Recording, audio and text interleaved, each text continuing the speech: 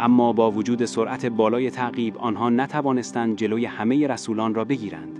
تعدادی از سوارکاران توانستند خود را با زحمت فراوان به حکمتانه برسانند و خبر خیانت هارپاگ را فریاد بزنند.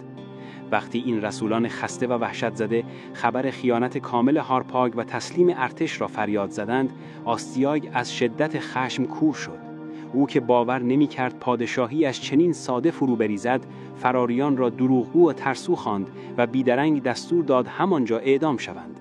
به این ترتیب آخرین وفاداران به ماد به دست کسی کشته شدند که برای نجات او جنگیده بودند. لحظه‌ای بعد آستیاگ با رسیدن اخبار تایید شده از عقب نشینی گسترده سرانجام حقیقت را پذیرفت. او از نوه‌اش و وزیری که فرزندش را خورده بود شکست خورده بود.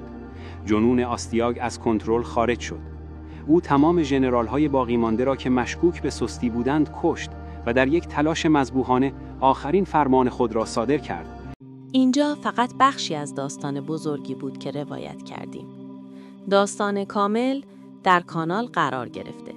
اگر می‌خواهید بدانید در ادامه چه اتفاقی افتاد و سرنوشت این شخصیت‌ها چه شد، لطفاً کانال ما را فالو یا سابسکرایب کنید تا داستان کامل را ببینید و قسمت‌های بعدی را از دست ندهید.